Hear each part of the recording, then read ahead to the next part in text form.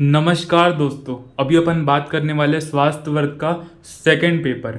ठीक है, उसमें पहला पेपर है नवंबर 2021 का पेपर। उसमें जो दो मार्क्स वाले क्वेश्चन है, उसमें पहला क्वेश्चन वाग्भट के अनुसार भौम्य जल के प्रकार बताइए। तो वाग्भट जी ने भौम्य जल के कितने प्रकार बताए। देखो जो नीचे जो लिखा है मैंने, वाग्भट ने भी सुश्रुत की तरह ही जल का वर्गीकरण किया है, किंतु ने भौम्य जल के 7 के अतिरिक्त 8 प्रकार माने हैं ना। इनने इसमें वापी का जल भी शामिल किया है। तो 7 भौम्य जल कौन कौन से इनके हिसाब से, सुश्रुत जी के हिसाब से देखो, कोप, सारस, प्रास्त्रवण, चौंट्य, नादेय, तड़ांग और औदीप। इसके अलावा वाग्भट जी ने वापी भी माना है ना। तो इनने वाग्भट जी ने यहां पर 8 माने हैं। इसके बाद में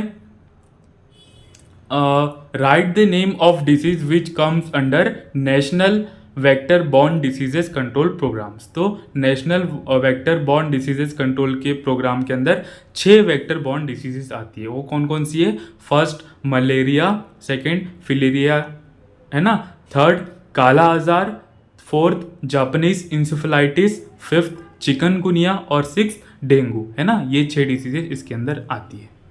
इसके बाद में फुल फॉर्म ऑफ आशा। तो इनने बस आशा का फुल फॉर्म पूछा था, तो वो क्या है?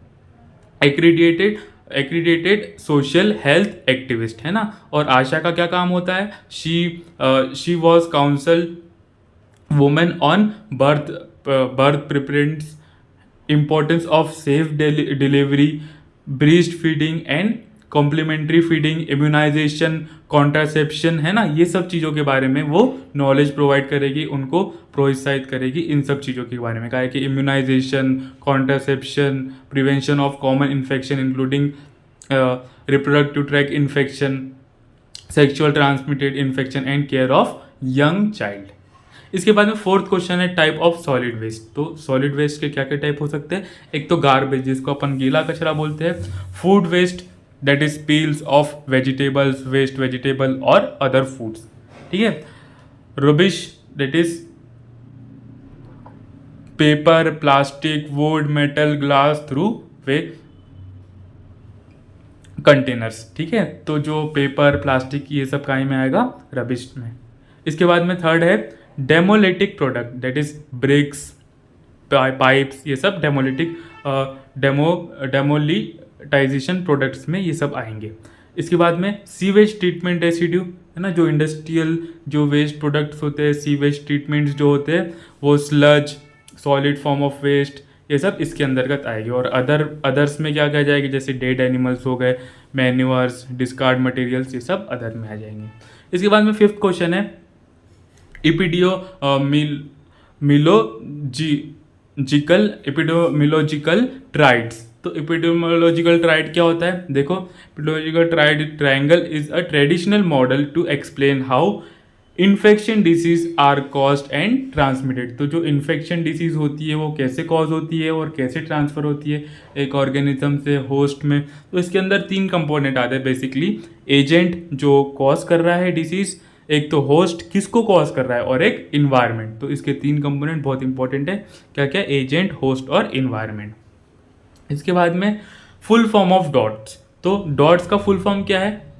इट्स डायरेक्ट ऑब्जर्वेशन थेरेपी है ना, direct observation therapy short course, ये डॉट का फुल फॉर्म है। Direct observation therapy short course and serve two tool, it serve 2 purpose. तो इसके 2 पर्पस होते हैं। It ensure tuberculosis patient complete treatment in order to cure. सबसे पहला diagnose करना, टीबी का जो पेशेंट है वो कौन है ना, सबसे पहले उसका फाइंड करना और फिर उसका ट्रीटमेंट करना। And it guard against the spread of drug resistance in neighbourhood.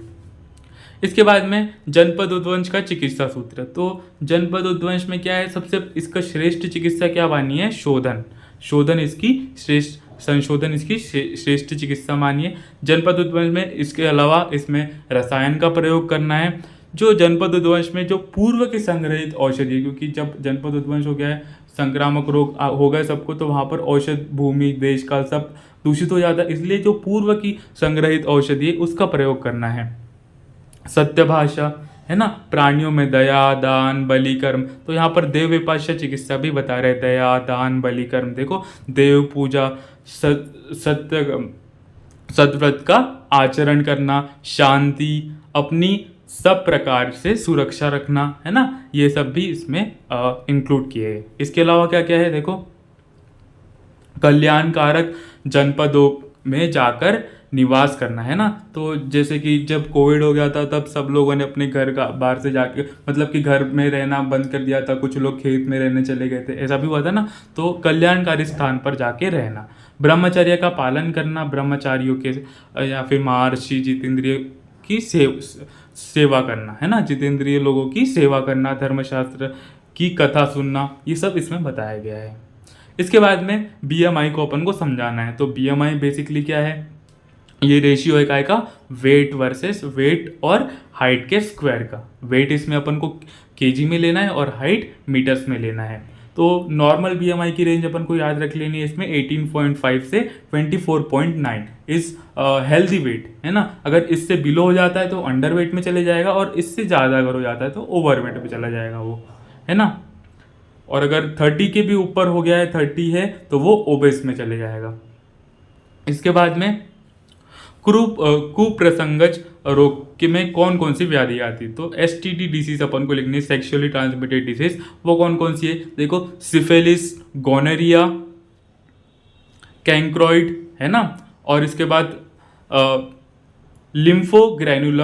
Granuloma विनोरम, है ना, लिम्फोग्रैनुलोमा विनोरम एंड ग्रैनुलोमा इंग्यूनेल, है ना। तो ये 4-5 डिसीजेस सेक्सुअल ट्रांसमिटेड डिसीज है। एक बार फिर से रिपीट कर देता हूँ, सिफिलिस, गोनोरिया, कैंक्रोइड, लिम्फोग्रैनुलोमा वेनरम एंड ग्लैनुलोमा इंग्यूनेंट, है ना। ये 5 डिसीजेस वेलनरेबल डिसीज में आती है। इसके बाद में अल्मा आटा, तो ये भी बहुत रिपीटेड क्वेश्चन है, अल्मा आटा डिक्लेरेशन। तो the declaration of Alma Ata was adopted at international conference on primary health care. तो ये प्राइमरी हेल्थ केयर के ऊपर ये इंटरनेशनल कॉन्फ्रेंस हुआ था, कहाँ हुआ था, कजाकिस्तान में, 6 से 12 सितंबर के बीच में ऑन 1978 में 6 से 12 सितंबर के बीच में हुआ था ये, है ना। कहाँ पर, कजाकिस्तान में इंटरनेशनल कॉन्फ्रेंस था regarding primary health care. It is first international declaration underlying the importance of primary health care. इसके बाद में अपन सॉल्व करने वाले हैं जुलाई 2022 का पेपर, अल्मा आटा डिक्लेरेशन फिर से रिपीट हो गया है, तो अपन इसमें ऐसा ही लिख सकते हैं। इसके बाद में सेकंड क्वेश्चन है क्रमित प्रकाश के बारे में लिखना है, मतलब आर्टिफिशियल लाइटनिंग अपन को बेसिकली लिखना है। यहाँ पर there are many method of artificial lightning like candles, kerosene lamp, glass lightning. तो अपन ने जो कल पेपर सॉल्व किया था, अगर आपने देखा होगा तो ये भी रिपीटेड क्वेश्चन है बेसिकली। तो kerosene lamps, candle, glass lightning and electric lightning. तो जो सबसे ज़्यादा इफिशियंसी किसकी होती है, इलेक्ट्रिक लाइटनिंग की, और वो एयर पोल्यूशन भी नहीं कॉज करता है ना। तो इलेक्ट्रिक लाइटनिंग मैक्सिमम एनर्जी को कन्वर्ट कर देता है, इफिशियंसी सबसे ज़्यादा इलेक्ट्रिक लाइटनिंग की होती है, इलेक्ट्रिक लैम्प की होती है। तो इसके एग्जाम्पल क्या है, filament lamp, that is bulb, जिसको अपन फिलामेंट बल्ब बोलते हैं, फिलामेंट लैम्प बल्ब। और फ्लोरोसेंट लैम्प, जो अपन ट्यूबलाइट्स वगैरह यूज़ करते हैं, ट्यूबलाइट्स और एचजी लैम्प्स, ये सब फ्लोरोसेंट लैम्प में आते हैं। इसके बाद में housing standard aim to ensure healthful living condition. तो प्रॉपर किचन होना, प्रॉपर वेस्ट का डिपोजिशन होना, है ना। तो प्रॉपर सैनिटाइजेशन जिसमें आता है ना, तो ये सब प्रॉपर हाउसिंग में आ जाएगा, है ना, हाउसिंग स्टैंडर्ड में आ जाएगा। Standard address criteria like shelter, hygiene, disease prevention and promoting wellbeing, है ना। इसके बाद में शव विनाश की विधियों के नाम अपन को लिखना है। तो जो फ्यूनरल वगैरह होते हैं उसको अपन को वो कैसे करना है। तो नॉर्मली तो ये होता है कि अपन जला के उनको वो करते हैं, है ना, लेकिन और भी क्या क्या तरीके से, देखो, बर्निंग और क्रीमेशन, जिसको अपन अग्निदाह बोलते हैं। तो हिंदू धर्म में तो यही चलता है, बर्निंग और क्रीमेशन। अग्निदाह। इलेक्ट्रिक क्रिमेशन, विद्युत दाह, मतलब कि उनको इलेक्ट्रिक से भी वो कर सकते हैं। और ये बहुत जगह पे अभी ये स्टार्ट हुई है ये मेथड का यूज़ करना। अर्थ बेरियन है ना, तो जो क्रिश्चियंस वगैरह होते हैं उनमें भूमि स्थापन होता है, मतलब कि जमीन के अंदर उनको गाड़ देते हैं। इसके बाद में 6 क्वेश्चन है, विश्व स्वास्थ्य संगठन के कार्यों पर प्रकाश डालिए। तो वर्ल्ड हेल्थ ऑर्गेनाइजेशन जो होता है उसके क्या क्या काम होते हैं? A part of coordinating international efforts to control outbreak of infection disease such as SARS, है ना। तो जो इन्फेक्शियस डिजीज होती है उसको कंट्रोल करना, वो इंटरनेशनल लेवल पे उसके कोऑर्डिनेशन करके उसका आउटकम, मतलब कि उसको कैसे जीता जा सकता है, मतलब कि उन वायरस या फिर बैक्टीरियाज पे कैसे अपन विजय पा सकते हैं, ये उनमें मतलब कि वो करना, ठीक है। And HIV AIDS and WHO sponsor programs to prevent and treat such disease. तो प्रोग्राम्स ऑर्गेनाइज करना उन पे, मतलब कि कैसे उन पे काबू पा सके, ये इसके सॉल्यूशन WHO ढूंढती है। The primary health care approach has since been accepted by member countries of WHO key technique of goal health for all by year 2000। तो ये इनकी जो थीम है क्या है? Health for all by year 2000 decided by the world health assembly in 1977। तो proper health care मतलब कि सबके पास कैसे पहुंच पाए, मतलब कि मेडिकल फैसिलिटीज़ कैसे पहुंच पाए, तो ये सब इनकी थीम है। तो health for all year 2000 is decided world health assembly in 1977। इसके बाद में डाटा प्रेजेंट, मतलब कि जो डाटा प्रेजेंटेशन की क्या क्या विधियां है ये अपन को यहाँ पर लिखना था। तो डाटा को अपन कैसे प्रेजेंट कर सकते हैं?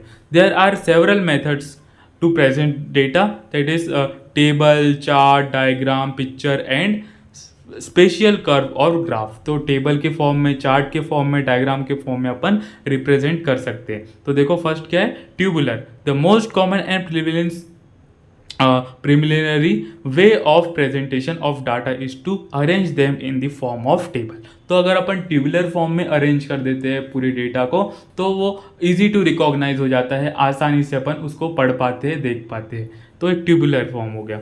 और डायग्रामेटिक प्रेजेंटेशन भी कर सकते हैं। सेकंड देखो, diagrammatic presentation it consist of presentation of static data in geometrical figure, picture, map, है ना। तो ज्योमेट्रिकल फिगर, पिक्चर, मैप में अगर अपन प्रेजेंट कर रहे हैं तो उसको डायग्रामेटिकल प्रेजेंटेशन बोलेंगे।